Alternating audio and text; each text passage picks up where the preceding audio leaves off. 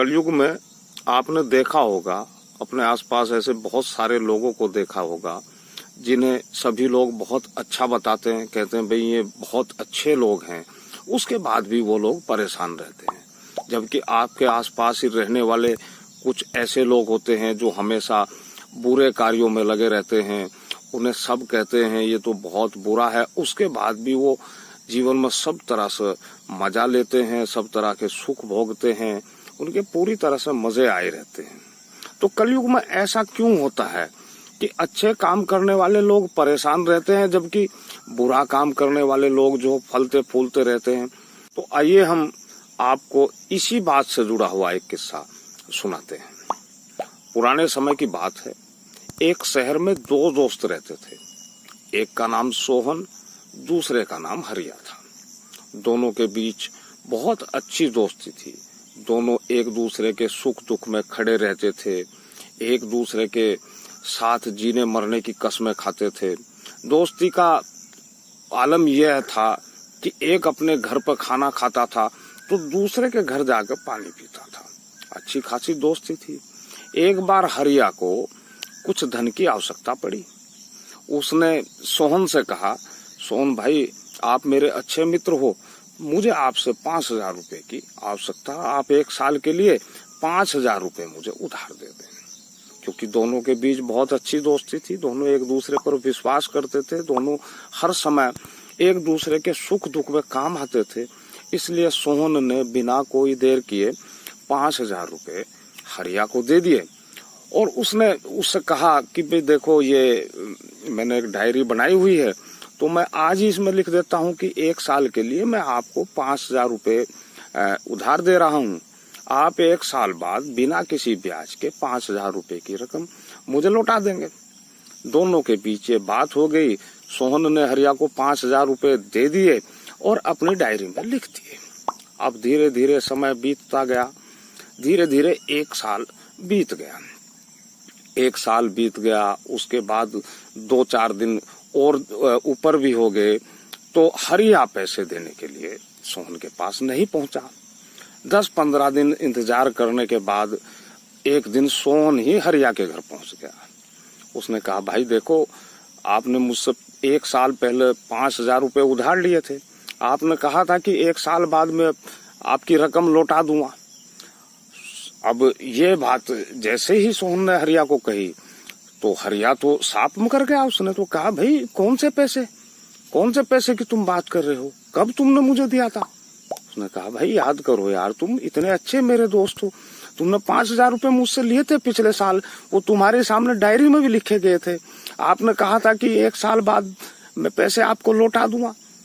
तो भाई साहब अब हरिया तो बिल्कुल, उसने तो हाथ खड़े कर दिए। उसने कहा, भाई मैंने आपसे कोई पैसा किसी तरह का नहीं लिया, आप झूठ बोल रहे हैं। अब भैया जी सोहन तो परेशान हो गए, 5,000 रुपए दे रखे, खुद ही बेईमान बन गए। जिस दोस्ती पर बड़ा नाज करते थे वही दोस्त आज झूठ बोल रहा, तो क्या किया जाए? बड़ा दुख हुआ, बड़ा क्लेश हुआ। सोचने लगे क्या किया जा। तो उनके मन में आई, सोहन ने सोचा कि भाई ये तो इस बात का फैसला पंचायत में ही होना चाहिए, तुमने खुद पैसे दिए, तुम ही बेईमान बनाए जा रहे हो। तो उसने एक पंचायत गांव के लोगों की बुला ली। अब पंचायत शुरू होगी, पंचायत बैठगी। दोनों दोस्तों ने अपना अपना पक्ष रखना शुरू किया। सोहन ने बताया, भाई 1 साल पहले मैंने इसे 5,000 रुपए उधार दिए थे, मेरी डायरी में लिखे हुए हैं, इसने मुझसे लिए थे। पंचों ने जैसे ही हरिया से पूछते हैं, पंचों ने पूछा हरिया से, भाई क्या तुमने 5,000 रुपए लिए थे? तो उसने तो पूरी पंचायत में कह दिया कि भाई ये तो झूठ बोल रहा है, मैंने किसी से कोई रकम नहीं ली। अब ये पंचायत चली रही थी तो तभी सोहन एकदम से खड़ा हुआ। उसने कहा, भाई मेरा अकेला पुत्र है, अगर मैं झूठ बोल रहा हूं, मैंने 5,000 रुपए अपने दोस्त हरिया को ना दिए हों तो मेरा अकेला पुत्र अभी मर जा। जैसे ही सोहन ने ये कसम खाई तो तभी गांव का एक व्यक्ति वहां पंचायत में आता है। उसने बताया, सोहन का इकलौता पुत्र अचानक ही मर गया। अब ये सब सुनने के बाद तो पंचायत में जो लोग वहां बैठे हुए थे, गांव के लोग थे, पंच थे, तो उन्होंने सबने सोहन को ही झूठा बता दिया। उन्होंने कहा, देखा इसने झूठी कसम खाई है, इसने कोई रकम हरिया को उधार नहीं दी, इसीलिए झूठी कसम खाने के कारण ही इसका इकलौता लड़का मारा गया। अब ये सब होने के बाद सोहन को तो बहुत ही दुख हुआ। उसने तो सोचा, भाई ये तो सब खत्म हो गया जीवन, तुमने पैसे दिए हैं, तुम ही पूरी पंचायत में झूठे साबित हो गए और तुम्हारा ही लड़का मारा गया। मन बड़ा क्लेश से भर गया उसका और वो पंचायत से अपने घर की तरफ पहुंच जाता है। घर जाता है तो वहां देखता है कि उसका जो इकलौता लड़का है उसकी लाश पड़ी हुई है। अब उसकी लाश देखने के बाद रोता है, रोने के बाद सोचता है, भाई अब तुम्हारे जीवन का तो कोई मतलब ही नहीं रहा, कोई अर्थ ही नहीं रहा, तुमने पैसे दिए हैं, तुम ही झूठे साबित हो गए, तुम्हारा लड़का मारा गया, तो इससे तो तुम अपना जीवन समाप्त कर लो। तो सोहन ने घर का कुंडा एक ऊपर देखता है, एक कुंडे में उसने फांसी का फंदा बना के, और जैसे ही वो उसे गले में डालने वाला था तो तभी पास ही एक आदमी उसे खड़े हुए दिखाई देते हैं। उसने कहा, सुनो सोहन, सुनो, क्या कर रहे हो? तो अब दुखी सोहन तो दुखी थे, कहने लगे, भाई और करना क्या, अब तो मर जाना ही बेहतर है, फांसी लगा रहा हूँ, मर रहा हूँ। उसने कहा, नहीं फांसी मत लगाओ, मेरी बात सुनो। तो सोहन पूछते हैं, भैया तुम ये तो बताओ यार, तुम कौन हो? उसने कहा, मुझे नहीं पहचाना, मैं कलयुग हूँ, कलयुग। और तुम एक बात तो बताओ भाई सोहन, जब ये मेरा पहरा चल रहा है, मेरा युग चल रहा है, कलयुग चल रहा है, तो सच बोलने के लिए किसने कहा था? सत्यवादी हरिश्चंद्र बनने के लिए किसने कहा था? तो अब सोहन उसकी बात सुनकर फांसी लगाने का विचार त्याग देता है। उससे पूछता है कि बताइए आप मुझे, फिर मुझे क्या करना है? कि उसने कलयुग बोलते हैं कि आप जाइए पंचायत में, वापस जाइए और पंचायत में बताइए, भाई मुझसे झूठी कसम खाई गई, मैंने अपने दोस्त हरिया को 5,000 रुपए नहीं दिए थे, मैंने बाद में डायरी देखी, ढंग से उसमें देखा तो वो तो 50,000 रुपए मैंने दिए थे।